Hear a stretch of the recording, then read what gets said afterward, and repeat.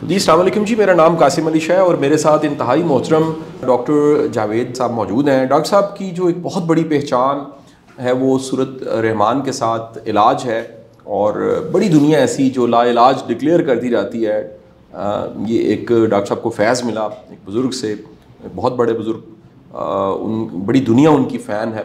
और ये इससे पहले की जो हमारी नशिस्तें हैं, कमाल ये हुआ कि आज की नशिस्त बहुत बड़ी वजह इसकी ये है कि इससे पहले वाली नशिस्तें लाखों लोगों ने उनको सुना, फीडबैक दिया। मैं बल्कि खुद डॉक्टर साहब से मैंने एक दिन मुलाकात में कहा कि डॉक्टर साहब आपकी वीडियो अपलोड हुई है, नीचे लोग दुआएं दे रहे थे, जोलियां उठा के दुआएं दे रहे थे कि हम गवाह हैं कि हमें फ़ायदा मिला है।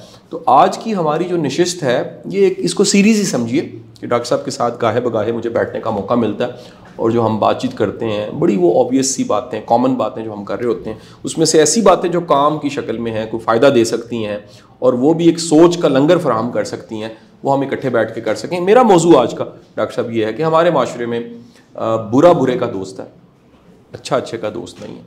और ये इतना बड़ा चैलेंज है कि सारे बुरे मिल के वो लॉबिंग करते हैं, स्ट्रैटेजी बनाते हैं, चालाकियाँ करते हैं और अच्छों को बड़ा मुश्किल वक्त देते हैं। अच्छा अकेले रह जाता है।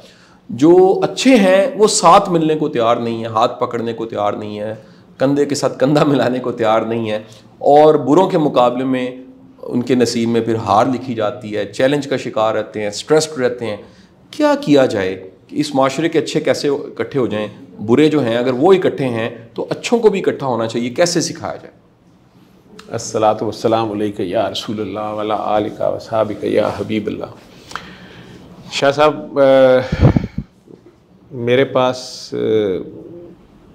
हर मसले का एक ही हल है, और वो मेरा रब और उसका रसूल और उनका दिया हुआ कुरान। ठीक है। अब लोगों को शायद ये बात ना पसंद आती हो। मैं पहले भी आपसे ऑफ द रिकॉर्ड जब बात हो रही थी, यही हो रही थी कि जो नेगेटिव माइंडसेट है वो तो आपस में फटाफट इकट्ठे हो जाते हैं, एक दूसरे के मफादात का ख्याल करते हैं, जियो और जीने दो उसको कहते हैं, या खाओ और खाने दो। ठीक है। लेकिन जो नेक हजरात हैं, सो कॉल्ड या अपराइट हैं, उनका यूजुअली इकट्ठा होना बड़ा मुश्किल हो जाता है, और यही इंसान का असल टेस्ट है। और ये सरकार दो आलम के ज़ाहिरी हियात से पर्दा करने से लेके आज तक मुसलमानों का असल टेस्ट है।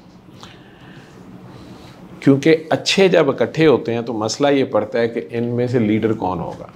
अच्छा, ठीक है।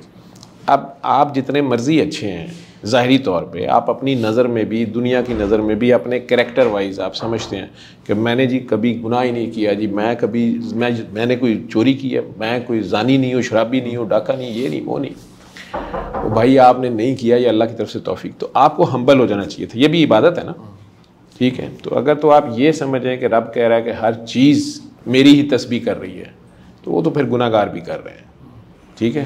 फिर कसीनों में भी कहीं उसकी तस्बीह किसी तरीके से हो रही है, आपको नहीं पता, स्ट्रिप्टीज़ भी हो रही होगी। तो जैसे उन्होंने कहा, बहुत बड़े शायर हैं कि महवे तस्बीह तो सभी है मगर इदराक का, ज़िंदगी खुद ही इबादत है मगर होश नहीं। बहुत अला। जिंदगी खुद ही इबादत है, सही चीज़, मगर होश नहीं। बिल्कुल ठीक है।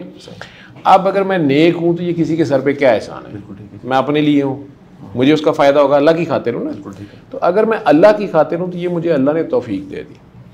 अल्लाह ने अगर ये नुक्ता मेरे जहन में रहे कि यार ये अल्लाह की तौफीक से ही है जो मेरी नेक नामी है, या मैं नेक हूँ, या मुझे अपॉर्चुनिटी नहीं मिली बुराई की, या मेरे में इतनी हिम्मत नहीं है, बुज़दिल हूँ, और या फिर अपॉर्चुनिटीज़ के बावजूद भी अगर मैं अपने रब पे खड़ा रहा हूँ, अपने रसूल को नमूना रखा है सामने और उनके नमूने के मुताबिक उनकी एग्जाम्पल को फॉलो किया, तो तब भी अल्लाह का शुक्र है कि उसने मुझे ये तौफीक दी। अब ये हम्बलनेस नहीं जब आती, ये सब जब इकट्ठे होते हैं, इनका आपस में यही मसला पड़ जाता है यूजुअली ज़्यादा नेक लोगों का या अपराइट लोगों का, कि ये आपस में भी अपराइट हो जाते हैं। तो हम्बल होना होता है, और उसमें ये असल टेस्ट होता है कि जी हम में से बेहतर कौन, हम में से लीडर कौन होगा। यार जो तुम में से बेहतरीन होगा, ये कैसे पता चलेगा? यार जो अल्लाह के नज़दीक जो तकवा में बेहतर है, या जिन्हें अल्लाह ने फजीलत दे दी। ठीक है। अब ये फ़ैसला अब अल्लाह ने तो नीचे आके नहीं बताना, ये डीप इनसाइड आपने अपने नफ्स पे पाँव रख के फ़ैसला करना होता है। ठीक है। और आप मस्जिद में नमाज़ पढ़ते हो, रोज़ाना जाते हो, या किसी भी कम्युनिटी में रोज़ाना बैठते हो, अपने कॉलेज में, अपनी, मैं तो कॉलेज का नाम लूँगी, या किसी भी दफ्तर में आप बैठते हो, कोलीग्स हो, पता होता है कि फ़लाँ बंदे की फ़लाँ चीज़ की एबिलिटी मेरे से बेहतर है, फ़लाँ काम वो बंदा बेहतर कर सकता है। तो अगर टीम वर्क करना हो, लीडरशिप का ये भी एक रोल होता है। सारों तो सरकार दो आलम ने किस तरह इन सारों को इकट्ठा किया था, वो उस वक़्त तो जड कौम थी ना, मुसद्दसे अली पढ़ लेना, कहीं घोड़ा बढ़ाने पे गड़ा, कहीं पानी पीने पिलाने पे झगड़ा, तो मसले तो वहीं पे थे। लेकिन सरकार दो आलम एक तो ख़ुद अपनी एक मिसाल थे, बेहतरीन मिसाल सारे इंसानों के लिए वही है, उन्हीं को फॉलो करना है हमने, ठीक है, और तो नहीं कि उनसे ज़्यादा हो सकता।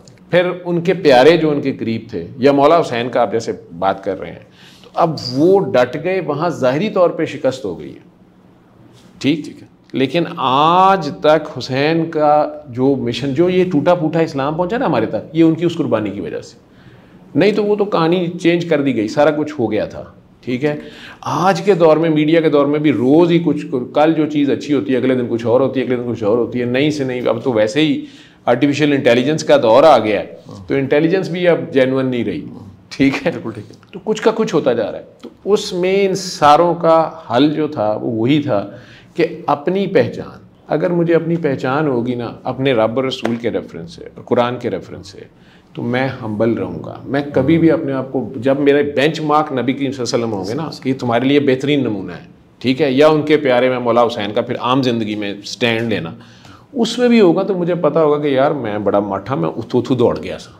जब मैं हम्बल रहूँगा, ठीक है, मेरा मकसद अगर अल्लाह होगा, प्राइम इंपॉर्टेंस मेरी अल्लाह होगी, ठीक है, तो फिर मुझे अपने दोस्तों को साथ लेके जाने में मैं कई जगह पे कॉम्प्रोमाइज़ करूँगा उनके साथ, ठीक है, और उनको आहिस्ता आहिस्ता उस साइड पे ले आऊँगा कि वो टीम इकट्ठी हो जाएगी। लेकिन ये बड़ा मुश्किल काम है, 14 सालों में हुआ नहीं है, ठीक, ये भी उसकी तौफीक से होना है, ये तभी होता है वो दिलों के हाल जानता है। ठीक है जी।